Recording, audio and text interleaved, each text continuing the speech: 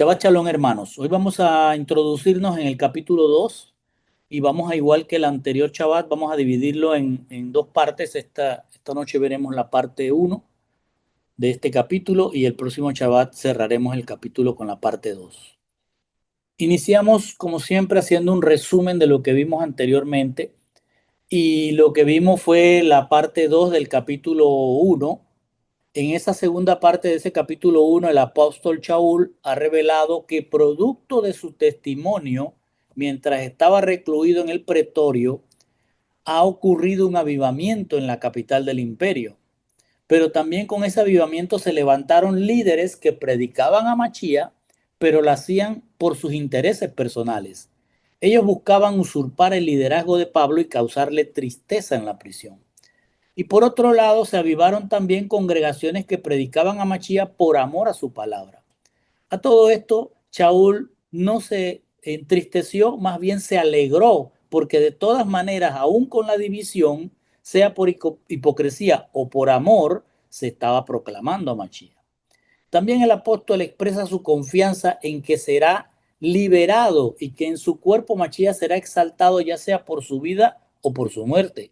Por lo que se expresa que para él el vivir es seguir sirviendo a Machías y el morir será ganancia porque el testimonio de su muerte como fiel esclavo de Machías hará crecer el evangelio. Pero además dice que su deseo es partir con Machías, pero que considera que es necesario vivir un poco más por la educación de las congregaciones.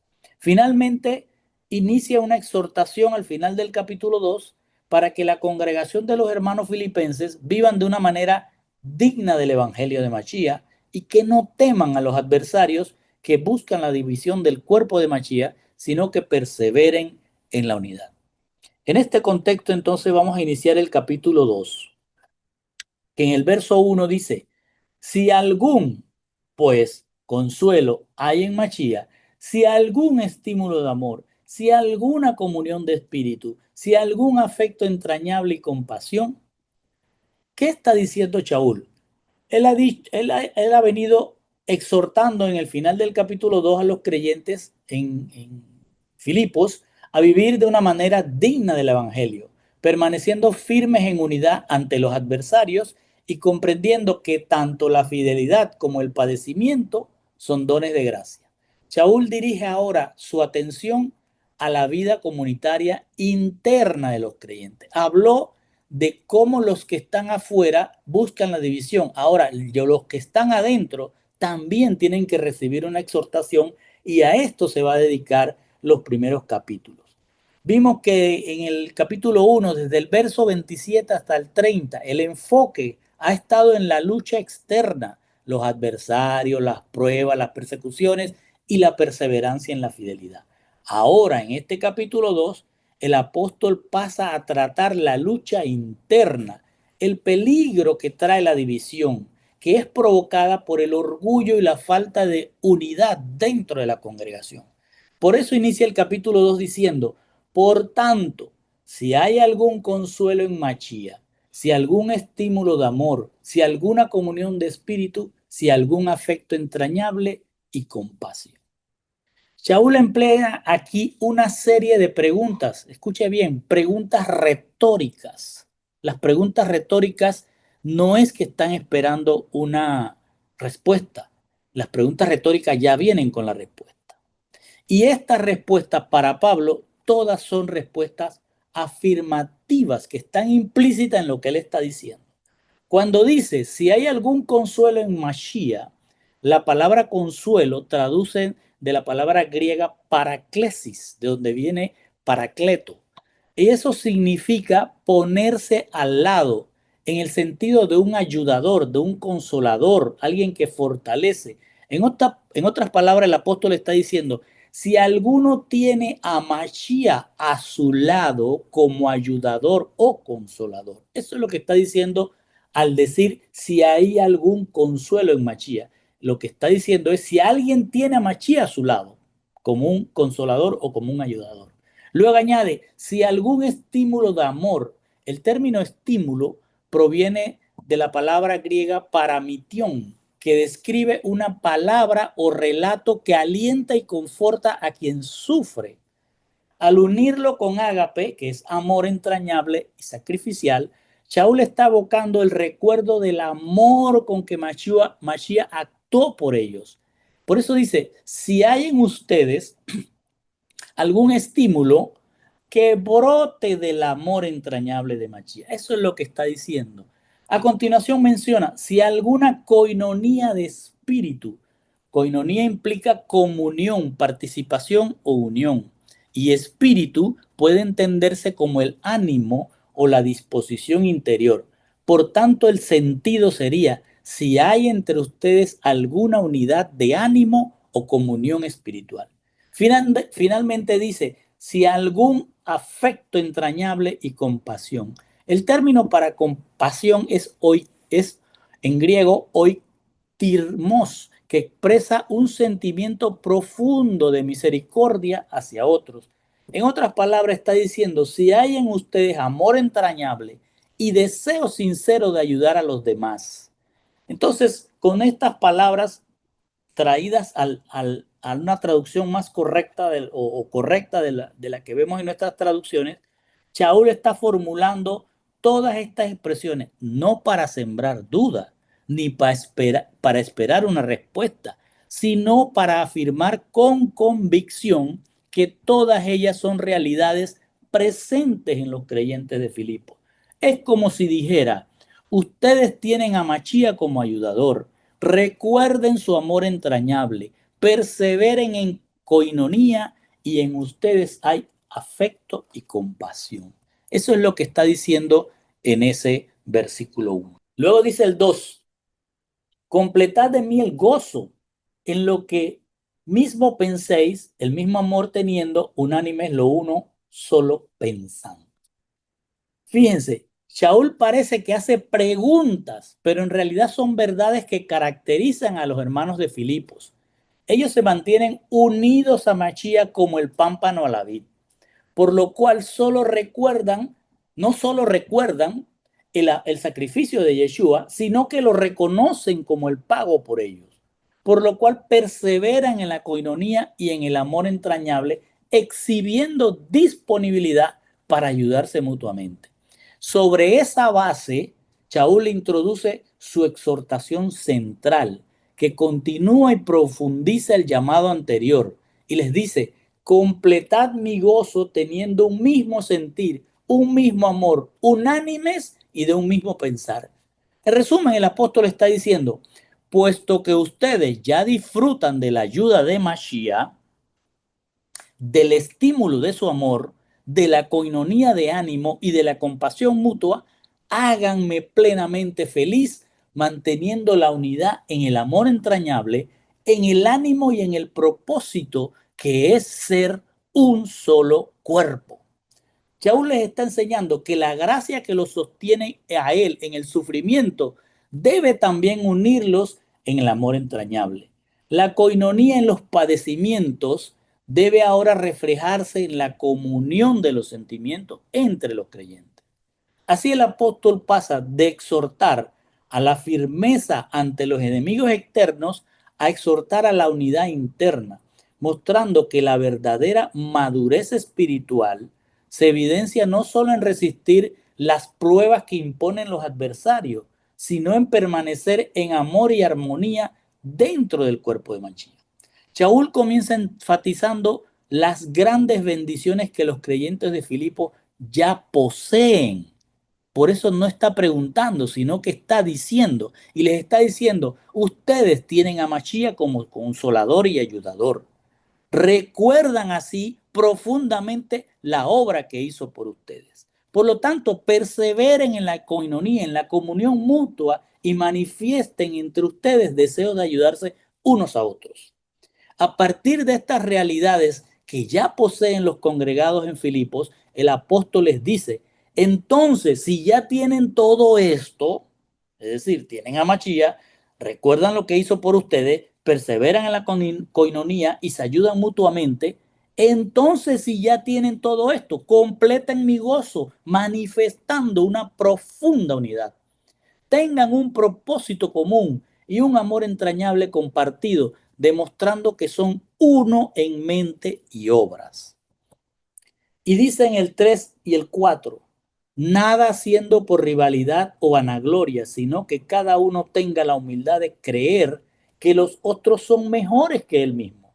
No en las cosas de sí mismo cada uno poniendo atención, sino también en las cosas de otro cada uno. Shaul continúa su exhortación acerca de cómo debe comportarse internamente una congregación que pertenece a Yeshua. Les ha recordado que tienen a Machía como su ayudador y que no han olvidado su sacrificio. Por ello perseveran en la coinonía y en la misericordia mutua. Ahora les pide que completen su alegría demostrando que son un solo cuerpo con una misma mente y un mismo propósito. Para lograrlo, el apóstol presenta dos aspectos fundamentales de la unidad del cuerpo de Machía. El primer aspecto es cuando dice, nada hagáis por rivalidad o por vanagloria, antes bien con humildad, estimando cada uno a los demás como superiores a sí mismos. Con esto Shaul enseña que si los creyentes realmente tienen a Mashiach a su lado, reconocen lo que él ha hecho y viven en comunión y misericordia, entonces deben reflejar esa realidad en su trato mutuo.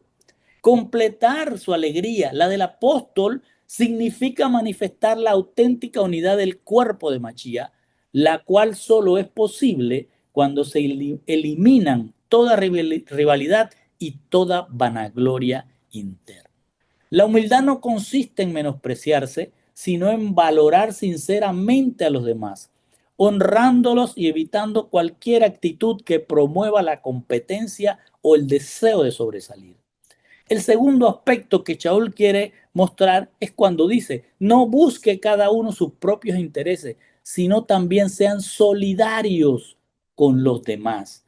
Shaul ha exhortado a los creyentes a no vivir centrados en sí mismos, sino a procurar el bienestar y las necesidades de los demás.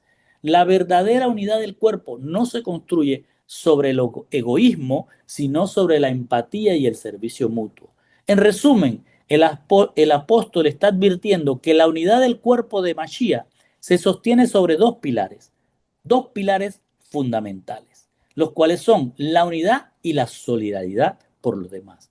Cuando estos principios se establecen en la comunidad, la congregación permanece unida y firme, edificada como un solo cuerpo cuya cabeza es Mashiach. Y dice el verso 5, y vamos a leerlo hasta el 8. Esto pensad entre vosotros, lo que también hubo en Yehoshua Hamashia, el cual existiendo en forma de Elohim, no consideró aferrarse el ser igual a Elohim, sino asimismo se despojó, habiendo tomado forma de esclavo, en semejanza de seres humanos, habiéndose hecho, y en apariencia habiéndose hallado. Como un ser humano, se humilló a sí mismo, habiéndose hecho obediente hasta la muerte y muerte de cruz. Ponga mucha atención porque aquí Pablo nos va a describir cómo se disminuyó Elohim para llegar a ser Yehoshua. Shaul ha exhortado a los hermanos filipenses a perseverar en la unidad del cuerpo de Mashiach, evitando toda división causada por el afán de imponer los intereses personales. En lugar de ello, los anima a pensar en el bienestar de los demás. Para profundizar en este principio, el apóstol añade, haya pues en vosotros este mismo sentir que hubo también en el Mashiach Yehoshua, quien existiendo en forma de Elohim, no consideró el ser igual Elohim, no otro Elohim, el ser igual Elohim, como algo a lo cual aferrarse. Con estas palabras, Shaul les está diciendo, permanezcan unidos, evitando la división que surge del egoísmo y procuren entre ustedes la misma actitud que tuvo Yehoshua Mashiach.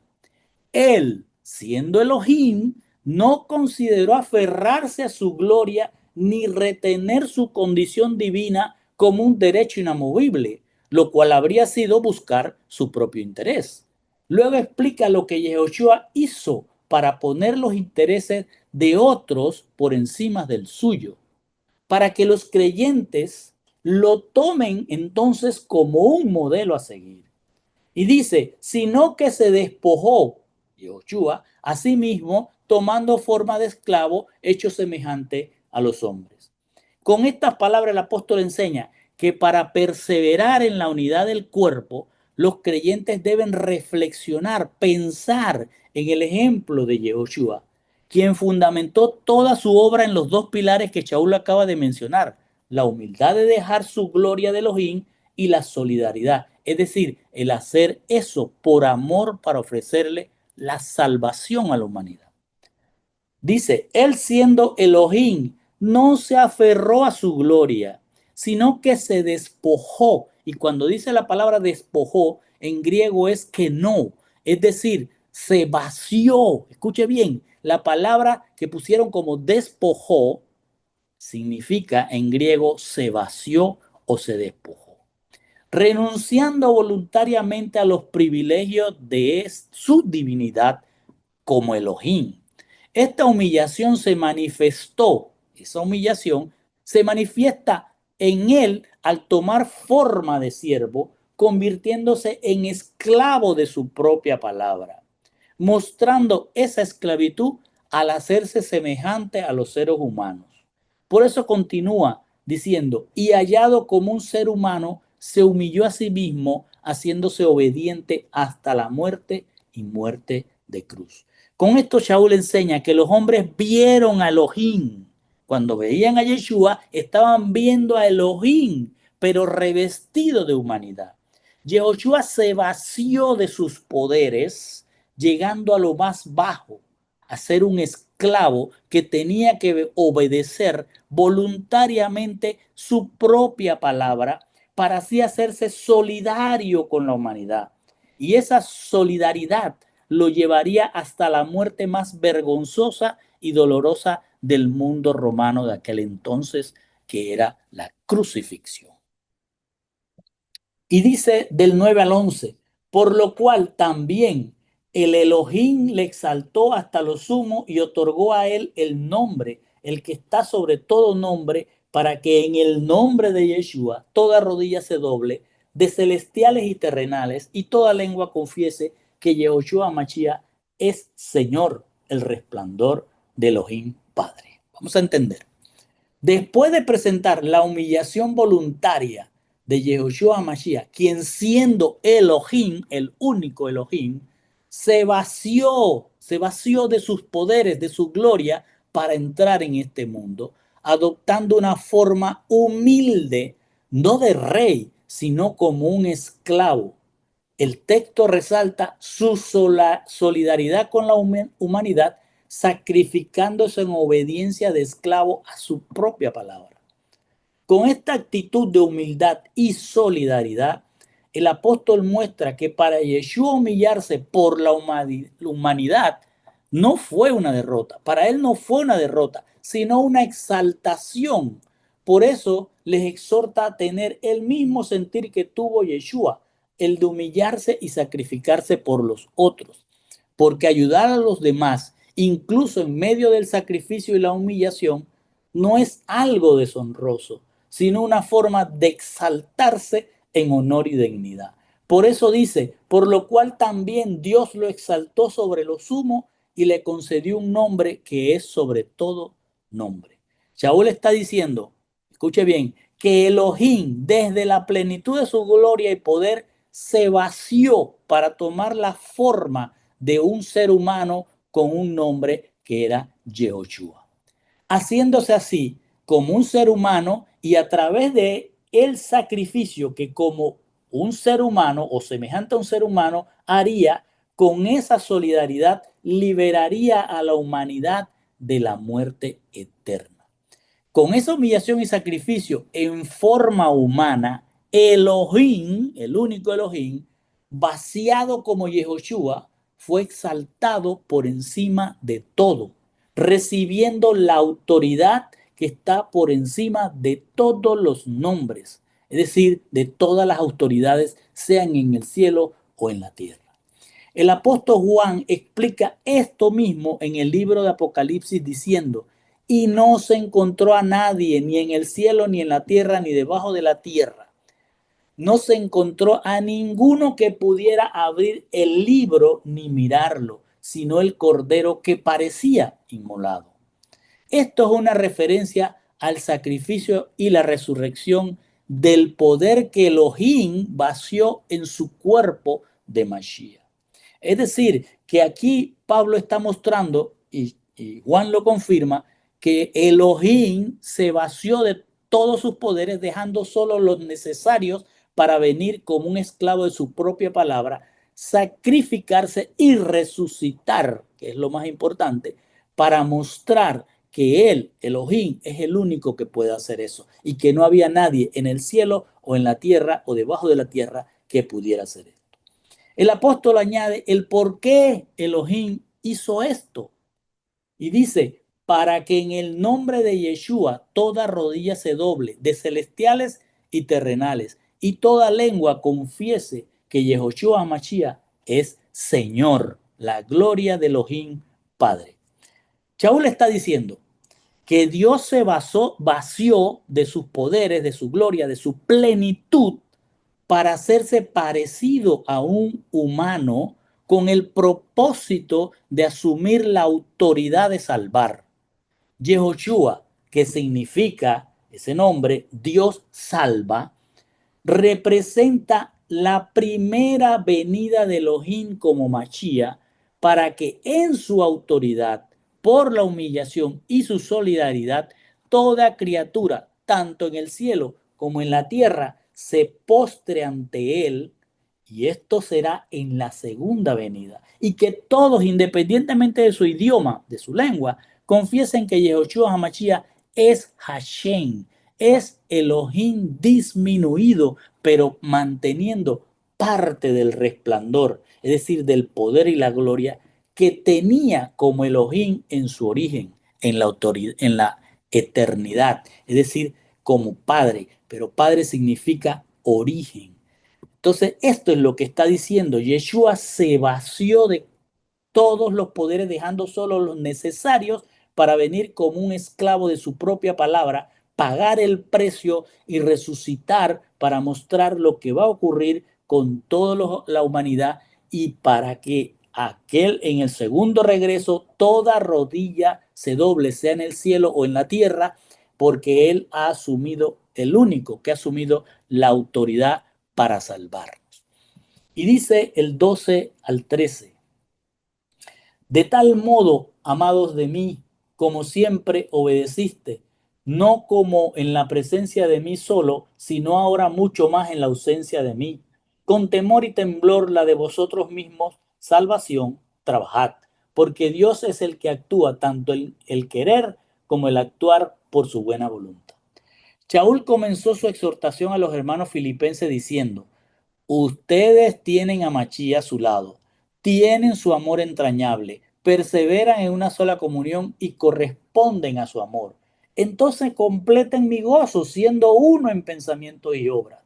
Eviten la división, más bien sean humildes y solidarios unos con otros. Reflexionen en el pensamiento y obra de Yeshua, quien siendo Elohim no se aferró a su gloria, sino que se vació de poder y se humilló a semejanza de un humano para solidarizarse con la humanidad mediante su sacrificio en la cruz. La humildad y solidaridad de Elohim en forma de Yehoshua es lo que lo exalta a sí mismo como la autoridad suprema sobre todo lo que existe tanto en el cielo como en la tierra. Con estas palabras el apóstol los exhortaba a ser semejantes en pensamiento y obra a Elohim, quien vino por primera vez en la forma de Yehoshua para sacrificarse como un esclavo de su propia palabra, pero que vendrá por segunda vez como rey, ante quien toda rodilla en el cielo y en la tierra se doblará, y todos, sin importar el idioma, se postrarán ante él. Ahora Shaul termina esta exhortación diciendo, así pues, amados míos, de la misma manera que siempre han obedecido, no solo cuando estaba presente, sino mucho más ahora que estoy ausente, trabajen con temor y temblor por su salvación. Al usar la palabra trabajen en griego es katergasomai, una palabra compuesta por kata, que significa hacia abajo o completamente, y ergosomai, que significa trabajar o realizar. Por lo tanto, Shaul está diciendo, ahora que estoy lejos, trabajen hasta completar su salvación con temor y temblor. La exhortación de Pablo a los filipenses es para que completaran el gozo que él experimentaba, incluso estando en la cárcel. Ese gozo se lograría si todos eran obedientes a los fundamentos enseñados por los apóstoles, aún en su ausencia, para que puedan ser dignos de la salvación. Por eso les dice, amados míos, así como siempre obedecieron cuando yo estaba con ustedes, aún más ahora que estoy lejos, trabajen para completar con temor y temblor la salvación de ustedes. Luego añade, porque Dios es el que actúa, tanto en el querer como en el hacer por su buena voluntad. Las palabras actúa y actuar en griego corresponden al verbo energeo, que significa estar en acción, obrar, ser eficaz o trabajar. Shaul quiere que los hermanos comprendan que no se trata solo de lo que ellos desean, sino de lo que Yeshua quiere con ellos. Él fue quien los eligió y comenzó la obra de salvación en sus vidas, por lo que Él es quien la va a terminar. Shaul está diciendo, así como siempre obedecieron cuando yo estaba con ustedes, ahora que no estoy, es más importante que trabajen en completar su salvación mediante la obediencia a su palabra, es decir, mediante el estudio, la emuná, el escudriñar la palabra. Porque Elohim fue quien los escogió y es quien está obrando en medio de ustedes, tanto en el deseo de la salvación como en el realizar lo que agrada a Dios para alcanzarla. Y todo esto lo hace por su buena voluntad, es decir, por su buen propósito, que es volver a sus escogidos al diseño original. Y cerramos con el verso 14 y 15.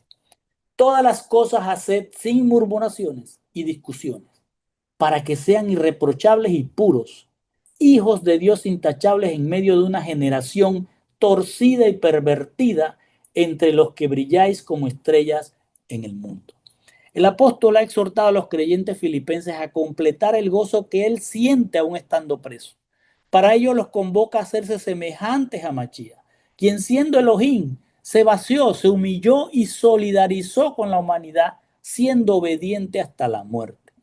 Shaul concluye esta exhortación haciendo un fuerte énfasis en la obediencia, que se traduce en una semejanza práctica con Yeshua.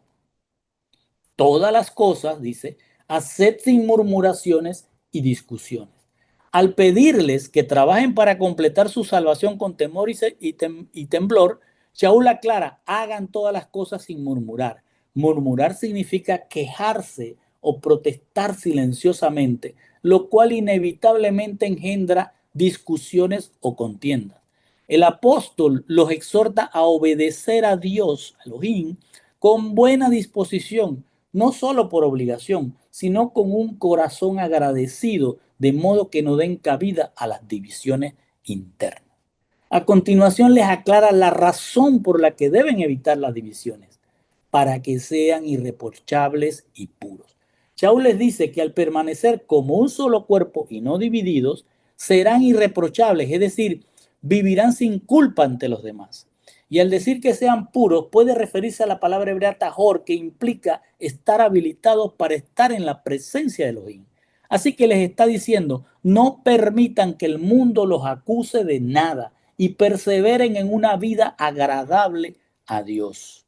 El apóstol prosigue describiendo su llamado a la obediencia diciéndoles, hijos de Dios sin mancha en medio de una generación maligna y perversa. Ponga atención ahora. La palabra griega genea, que traducen como generación, abarca conceptos de raza, familia, generación y descendencia. Por lo tanto, Shaul está diciendo que los creyentes, siendo herederos, siendo hijos de Dios, vivimos en medio de una raza o descendencia maligna y perversa. Por eso agrega la poderosa conclusión. En medio de esa raza maligna y perversa, ustedes brillan como estrellas en el cosmos. Shaul está exhortando a los creyentes, vivan sin murmuraciones ni discusiones que generan divisiones. Esto tiene un doble propósito. Primero, que ante los de afuera, el mundo, no puedan ser culpados de nada, no los puedan señalar. Y segundo, que estén habilitados para estar en la presencia de Elohim como herederos sin mancha.